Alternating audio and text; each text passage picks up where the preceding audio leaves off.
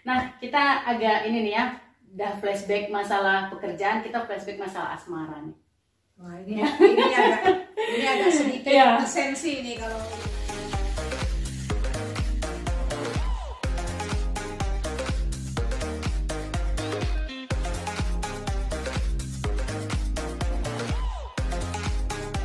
asmara ibu nih kayaknya apa ya yang kita bilang lucu, ketemu brondong ya. Zaman dulu tuh brondong nggak namanya zaman dulu Bu?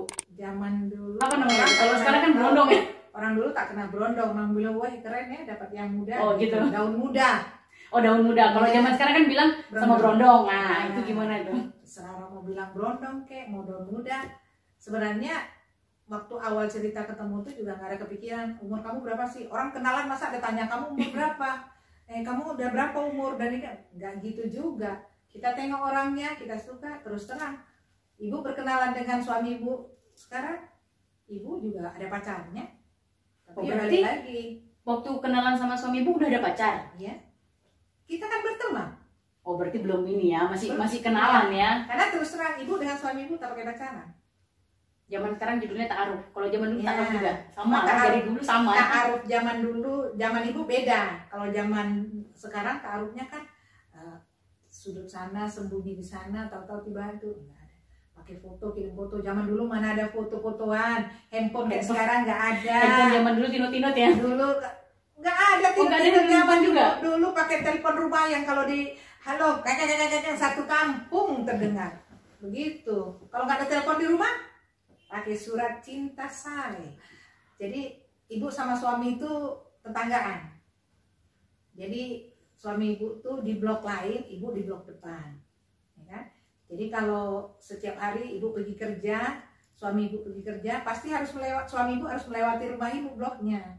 Ini yang tinggal di Batu Haji ya? Ya, jadi ibu kan di situ. Jadi dia pulang dan pergi kerja harus melewati depan rumah ibu. Itu sengaja atau memang harus? Kayaknya sengaja sih kalau dianya. Oh ya. Kalau zaman dulu pacaran kan gini ya, kalau mau lewat itu nampak atap rumahnya pun jadilah ya gitu ya. Nah, termasuklah itu kategorinya. Jadi ibu masih ingat dulu, ibu kalau pergi sekolah, si kawan satu ini selalu di depan itu menunggu duluan. Nanti kalau ibu udah lewat, ya di belakang ibu sambil ini. Tanpa bicara, cuma ngikut ibu aja dari belakang. Sampailah di depan ibu sampai depan, dia pun udah sampai depan.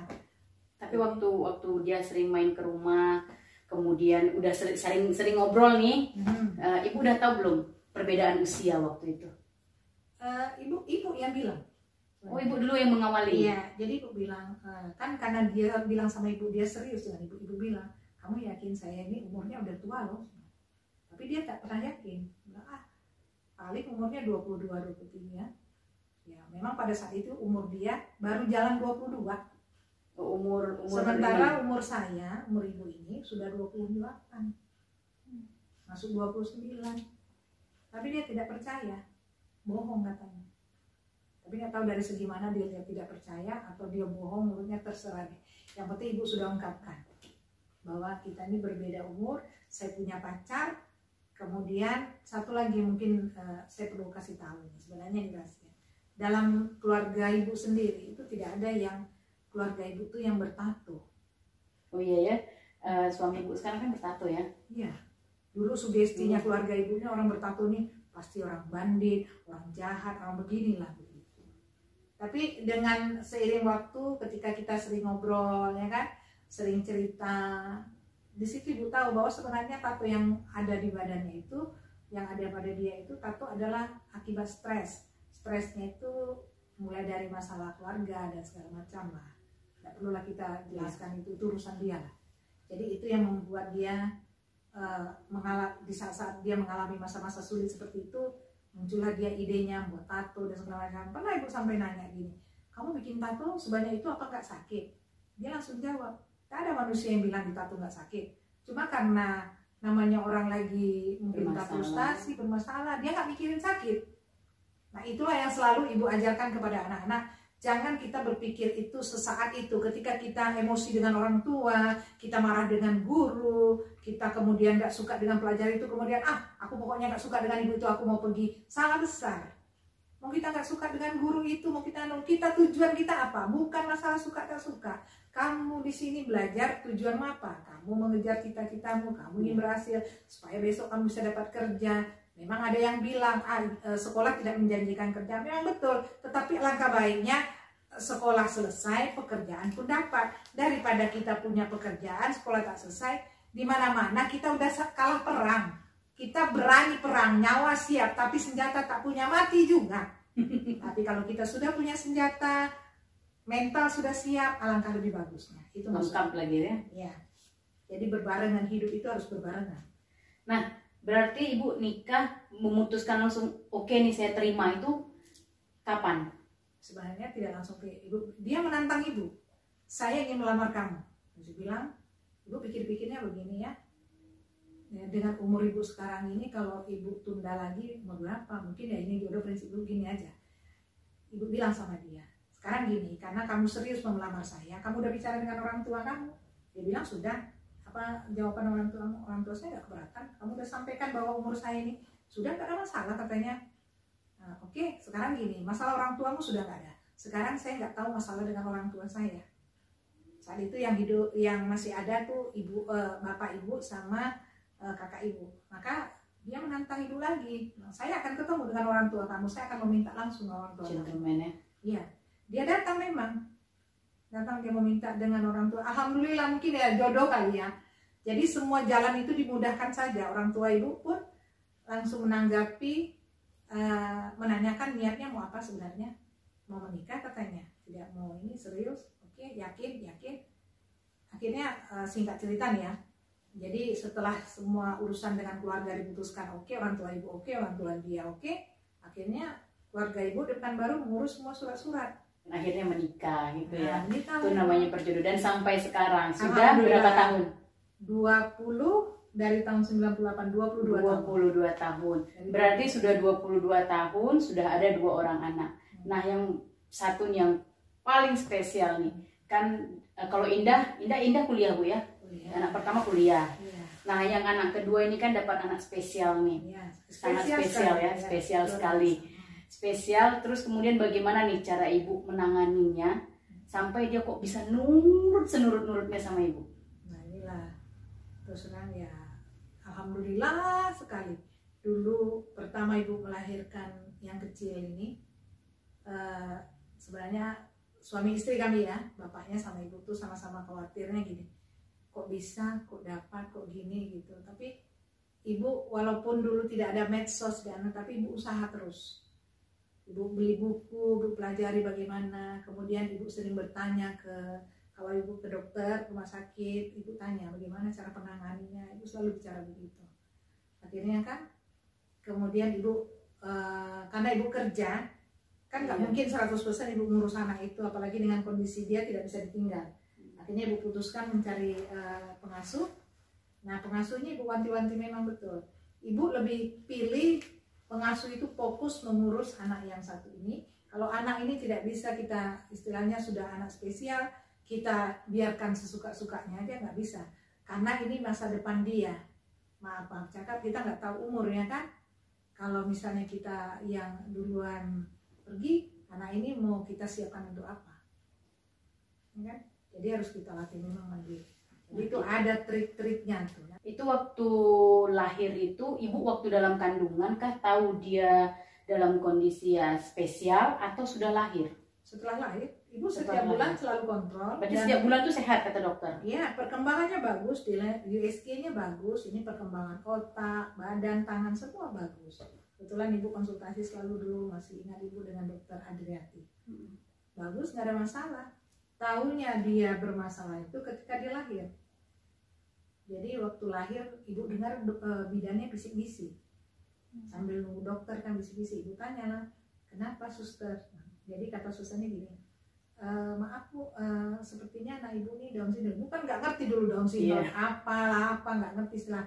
Kalau zaman dulu orang taunya anak ibu ini nggak normal atau cacat kan gitu. Terus ya kata susternya gini, nanti gini aja Bu, untuk keterangan lebih lanjutnya nanti kan dokter jam 9 masuk nih pagi. Ibu kan kebetulan lahirnya jam 4 subuh nih. Ya kan? Nah, jadi katanya nanti ibu tanya langsung ke dokter. dari mana ibu, dari mana susah tahu ciri-ciri Down syndrome?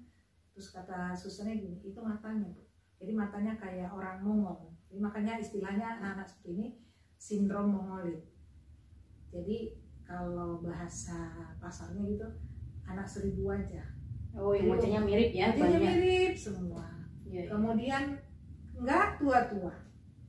ya, contohnya Ica tuh ya. Jadi Kalau kita lihat lookingnya kayak masih umur-umur Ya. 10-11 tahun ya. padahal Benar-benar. umurnya sudah memasuki usia 20 tahun. Wih, udah 20 tahun Ica. Ya. Udah punya KTP ya. Sudah punya Udah punya KTP. KTP. Walaupun waktu bikin KTP-nya luar biasa. Waduh, terus terang ibu luar biasa. Bikin KTP, bikin paspornya itu bolak-balik. Alhamdulillah pula, mungkin rezeki dia ya. Yang ngurusin fotonya di kantor camat, di tempat migrasi itu sabar-sabar. Jadi berhasil juga bikin KTP-nya, berhasil bikin paspornya, walaupun belum pernah dibawa ke luar negeri, tapi tak apa-apa. Ibu yakin dan percaya suatu hari ibu harus bawa dia ke luar negeri. Amin. Ibu galaknya ibu apa ya? Kalau orang bilang zamannya Rani dulu sekolah, bukan galak ya, judes ya, judesnya ibu itu di sekolah itu ibu bawa ke rumah atau enggak ya? Kalau ibu orangnya kan tak suka lain di depan, lain di belakang.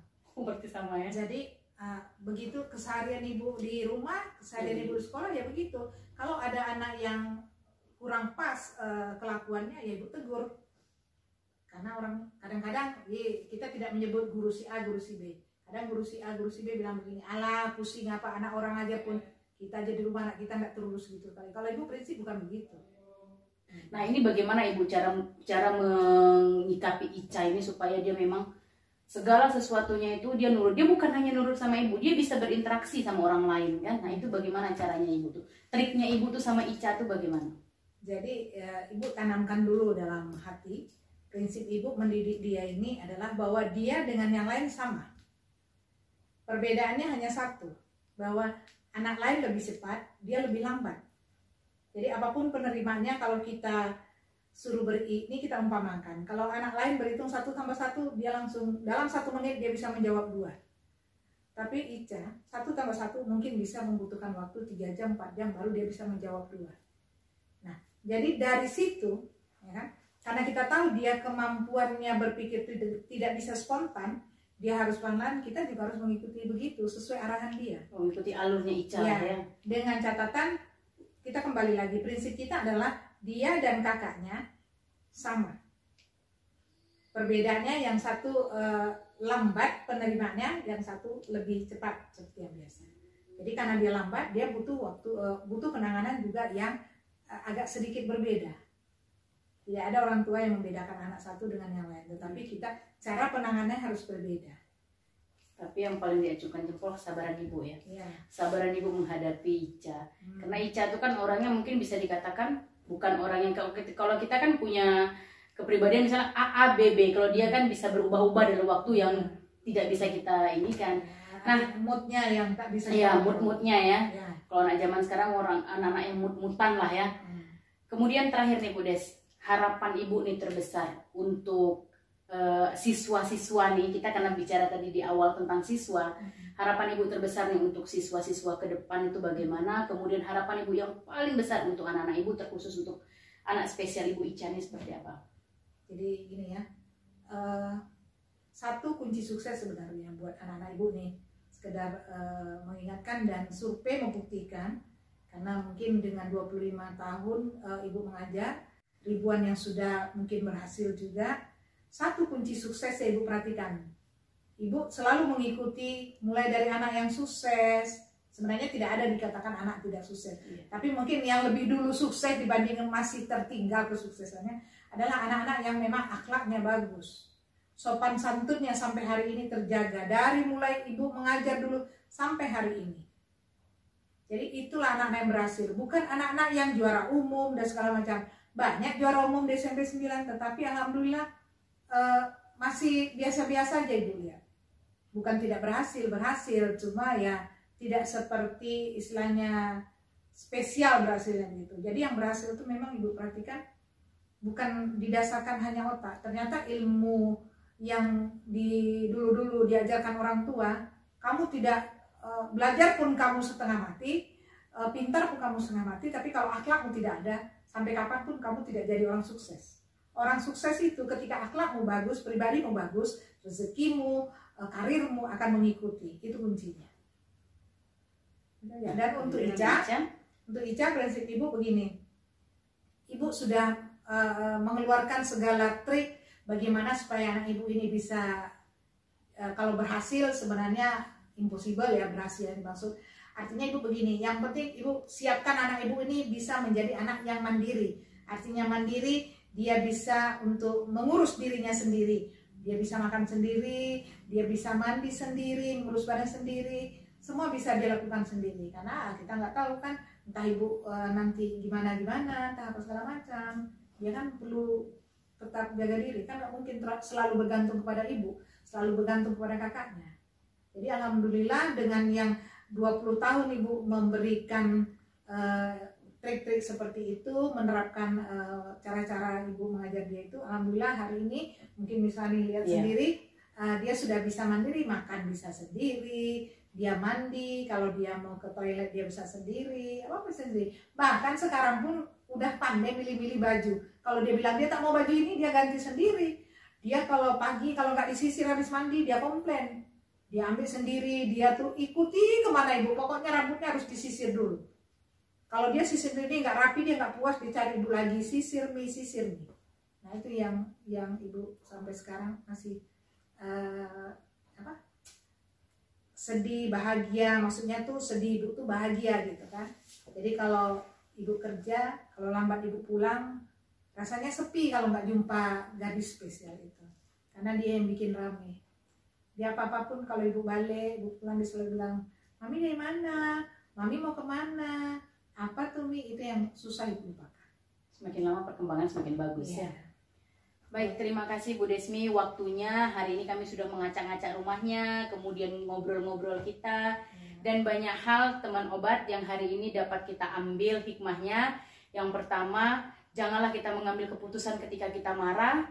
Kemudian yang kedua, belajar adab dulu baru ilmu, karena orang yang sukses itu bukan karena dia juara satu atau dan seterusnya, tetapi bagaimana orang sukses itu yang punya ilmu dan mempunyai adab. So, jadilah manusia yang positive thinking.